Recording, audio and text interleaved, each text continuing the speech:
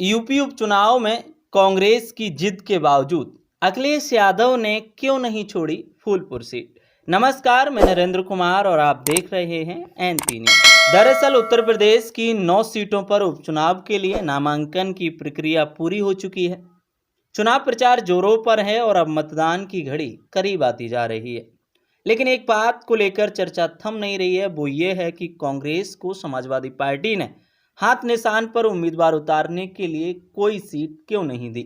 सबसे अधिक चर्चा जिस सीट की हो रही है वो है प्रयागराज जिले की फूलपुर विधानसभा सीट। कांग्रेस इसे पंडित जवाहरलाल नेहरू की विरासत से जुड़ा बताते हुए जिद पर अड़ी थी, लेकिन अखिलेश यादव ने फूलपुर सीट नहीं छोड़ी। क्यों? चलिए आइए समझते हैं इसे 4 पॉइंट के माध्यम से। चुनावी ट्रैक रिकॉर्ड। दरअसल फूलपुर विधानसभा सीट के चुनावी रिकॉर्ड की बात करें तो आज़ादी के बाद ये सीट कांग्रेस का गढ़ रही। 1967 के विधानसभा चुनाव तक इस सीट पर कांग्रेस का कब्जा रहा। यहाँ तक कि बड़े समाजवादी नेता डॉक्टर राम मनोहर लोहिया भी साल 1962 में इस सीट से चुनावी लड़ाई हार गए थे। लेकिन 21वीं सदी का चुनावी रिकॉर्ड समाजवादी पार्टी के पक्ष में नजर आता है। पिछले 4 चुनावों की अगर बात करें 2007, 2012, 2017 और 2022 तो 2 बार बीजेपी जीती और 2 बार इस सीट पर साइकिल दौड़ी है।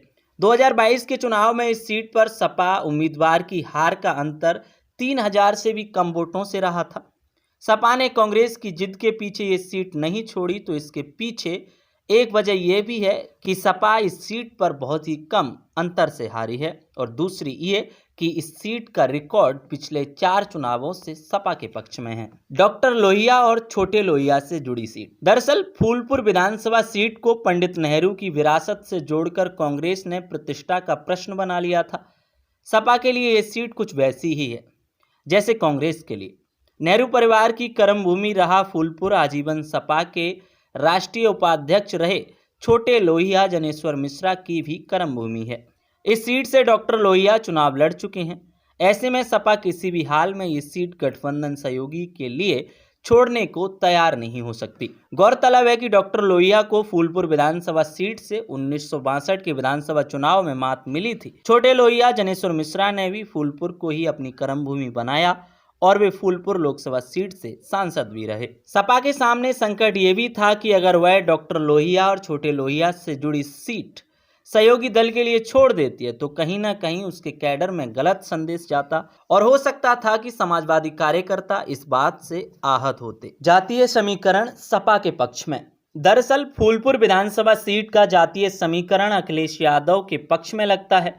अखिलेश यादव पीडीएफ फॉर्मूले की बात कर रहे हैं और फूलपुर विधानसभा सीट के जातीय समीकरण की अगर बात करें तो पिछड़ा, दलित और अल्पसंख्यक इस सीट पर हार और जीत तय करने की स्थिति में है। जातीय समीकरणों को अगर देखा जाए तो इस सीट पर यादव और मुस्लिम बाहुल्य हैं। अनुमानों के अनुसार इस विधानसभा क्षेत्र में करीब 76,000 यादव वोट हैं, 54,000 मुस्लिम, 38,000 ब्राह्मण और 32,000 कुर्मी मतदाता हैं। फूलपुर में करीब 34,000 बिंद, कुशवा और मौर्या हैं। 16,000 क्षत्रिय मतदाताओं के साथ 45,000 पासी और 35,000 जाटव यानी कि दलित बिरादरी के मतदाता होने का अनुमान है। सपा ने इस सीट पर मुस्लिम उम्मीदवार उतारा है। यादव और मुस्लिम के साथ ही पार्टी अगर अन्य ओबीसी जातियों और दलित बिरादरी से थोड़े बहुत वोट अगर पाने में सफल रही तो इस सीट पर सपा को जीतने से कोई नहीं रोक सकता। 2027 पर भी नजर। दरअसल सपा की कोशिश हालिया लोकसभा चुनाव में अच्छे प्रदर्शन के बाद मिले मोमेंटम को बरकरार रखते हुए उपचुनावों के जरिए 2027 के यूपी चुनाव के लिए ट्यून सेट करने की है।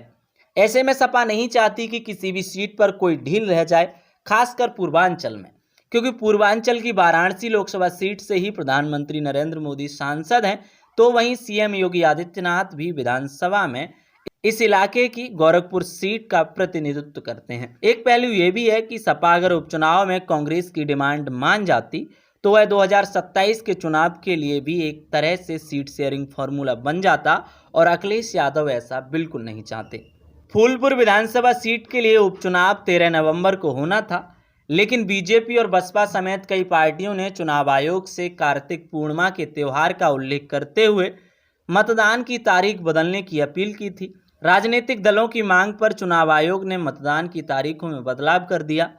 फूलपुर सीट के लिए अब मतदान 13 की जगह 20 नवंबर को होगा और चुनाव नतीजे 23 नवंबर को आने हैं। लेकिन एक बड़ा सवाल, फूलपुर विधानसभा सीट आपके अनुसार किस पार्टी के खाते में जाती हुई नजर आ रही है? अपना सुझाव कमेंट बॉक्स में अवश्य दीजिएगा और देश दुनिया की तमाम बड़ी खबरों और अपडेट्स को जानने के लिए देखते रहिए एनपी न्यूज़। धन्यवाद।